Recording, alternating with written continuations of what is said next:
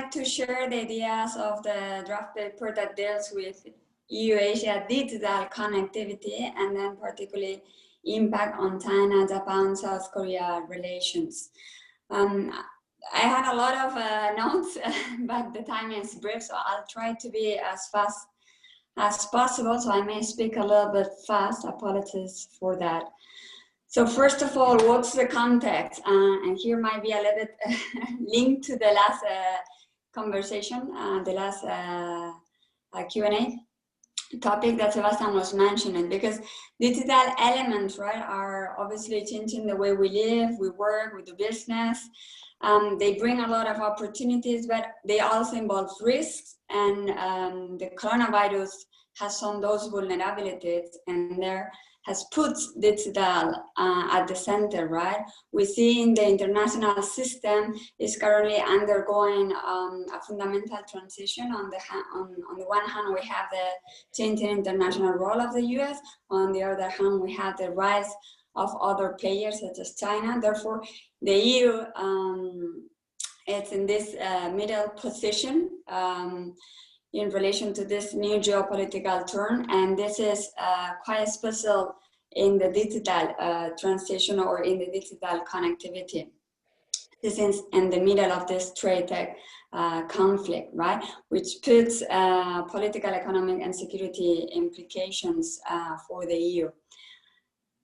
We have to understand technology, or digital technology, was previously seen as a potential solution to everything. Now is deemed as a challenge, as a disruptor, or even an arbiter of the global strategic equilibrium, right? So in this scenario, the EU has been defined or identified as reacting slowly or having a more role taker position, right?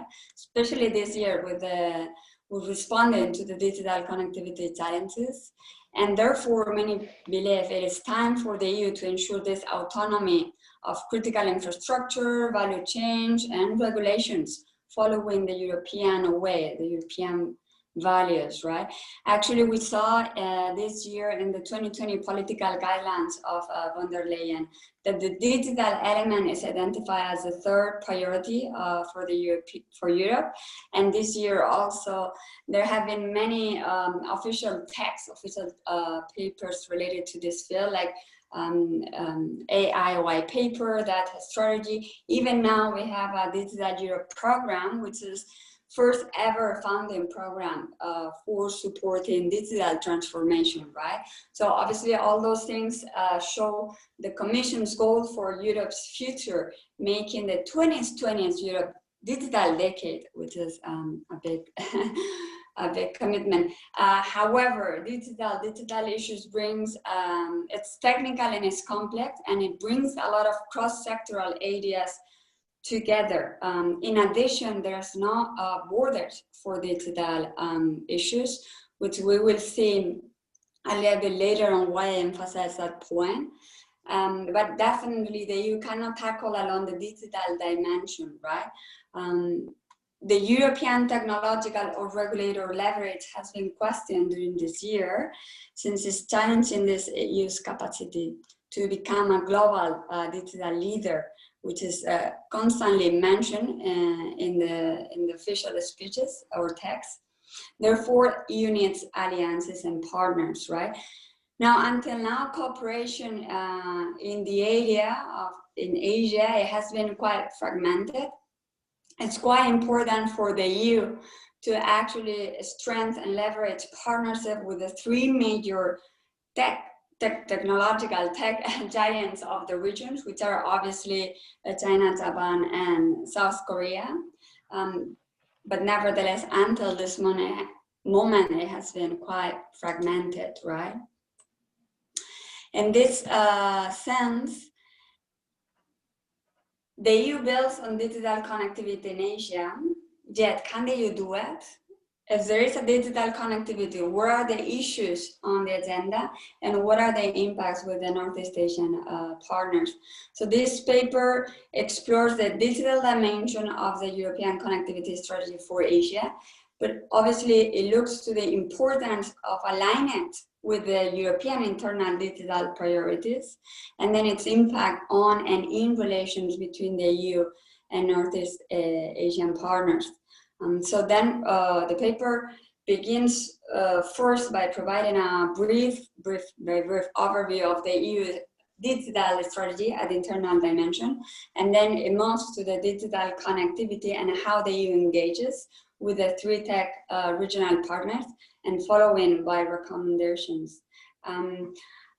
The paper arcs, or the main argument, is that the digital component of the strategy must be clearly defined and strategic priorities identified, while being aligned with the EU's digital strategy in order to maximize European potential to lead a digital transformation and export internationally its norms and standards. So engaging in a more assertive and effective manner with leading regional technological players is crucial to deepen regional digital cooperation in common strategic sectors for the EU. If we move to the next session, we should think also why is digital relevant, right, for the European and the internal dimension. So first of all, although the coronavirus and the digital connectivity, but digital issues are not new on the European agenda. So if we go back to the Lisbon Treaty, we have the digital agenda for Europe in 2010. Then we have the digital single market in 2015. Now this year we have the Digital Services Act package, right? So we can see there are different, several milestones, right, in the last decade. We can also see or observe it in the legislation that has been amended and complemented to put forward implementation enforcement across the Europe, right? And also we have seen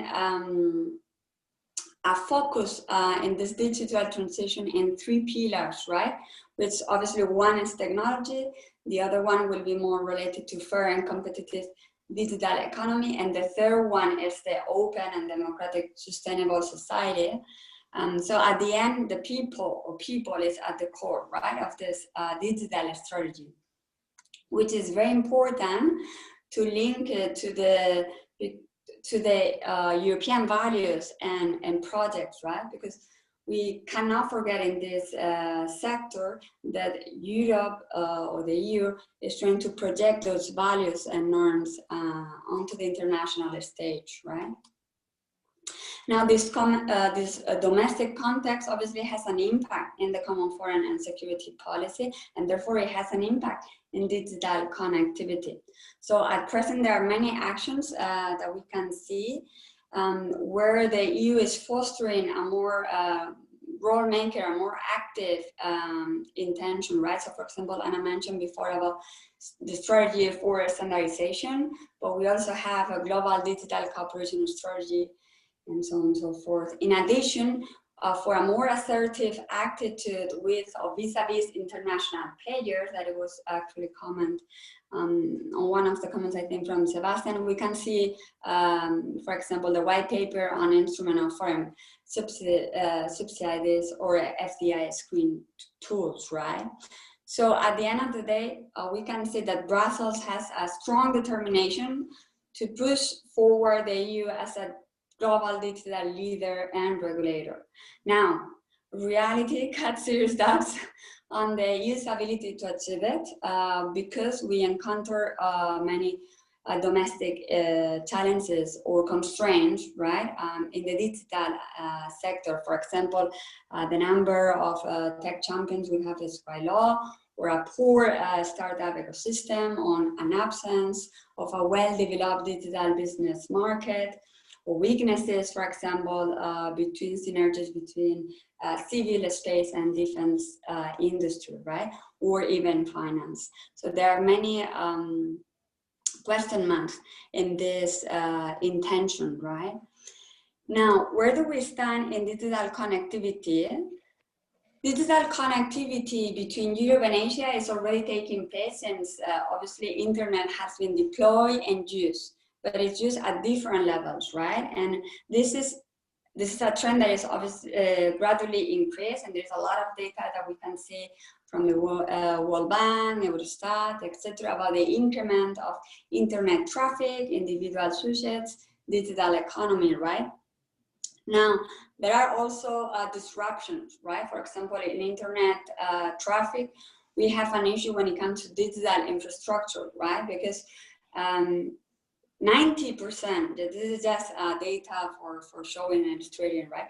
90% of the Asia-Europe internet traffic goes via submarine cables, which are allocated in the Suez Canal. So this could be obviously a dependency that could create a strong disruption, and therefore potential solutions that are discussed is the fiber optic cables to be along the rail line, right?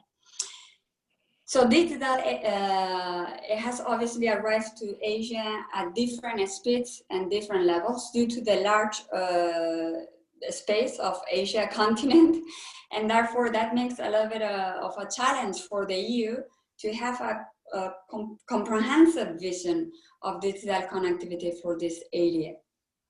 In addition to the challenge of what we were talking about, the spatial limitation of EU-Asia connectivity per se when it comes to digital connectivity, because digital, it has no borders. So now it's another challenge that the EU is trying to figure out how to look at it or how to address it. In addition, we have the position of China in the region and also in the digital sector, right? So for example, if we look at ASEAN connectivity inventory, right, from 2014 to 2018, China organized already 7 out of 12 events related to connectivity, and we had this high-level forum of digital connectivity, for example. But we could also mention other aspects like electronic equipment or telecommunications, right? In this context, connectivity strategy is now in place. Fantastic, a starting point to strengthen the EU's presence in the region and a good framework for action. However, nonetheless, without a scope definition and general strategic goals, or without a political value priorities, right? And this is very much reflected in the digital element too. So first of all, the digital element or the digital component, it has not so far a clear definition and structure, and it's barely even mentioned in the text, right? When we talk about digital issues, we need to think that for governments and individuals that obviously are more connected through the digital linkage, we also need, or we also require, harmonized international standards and systems, particularly for coherence, transparency, and interoperability, right, from those systems. So we should remark that the digital element of this digital connectivity lays down on a rules-based approach where standards and international practices are at the core. And the EU obviously wishes to support this European model and become a leading regulator, and a common example is the GDPR, although there are works already questioning the extension of that impact and influence, for example, with the APEC border privacy rules system. But nevertheless... Yeah, I'm sorry, can you shorten, because we have not enough time. Yes. So 2 minutes. So, how much did you say, sorry? 2 minutes. Okay, 2 minutes. Then I will jump directly to the conclusions, right? So for the so first of all, when I look to the EU engagement with the partners, right? We could see that the cooperation at the regional level, but I focus in the bilateral level with these 3 partners, right? Because they are the major tech players in the region, and they also have strategic partnerships, right? And in addition to other agreements and country policies. So what we can see, and is, I think, a bit similar to what was mentioned in the energy, that there is not a comprehensive position to work towards the region and those partners in digital connectivity, right? There is not an Asian framework, and the cooperation has been ad hoc, and for example, at multiple objectives and levels as well, with, in addition, different priorities from the partners, which are maybe probably more obvious in the case of China compared to Japan and South Korea.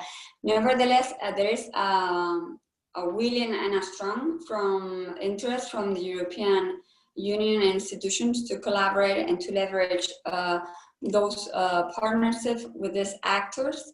There are key sectors that are linked to all of them, but there are also subsectors, right? So it is missing this general framework, and there is something that is expected to be seen.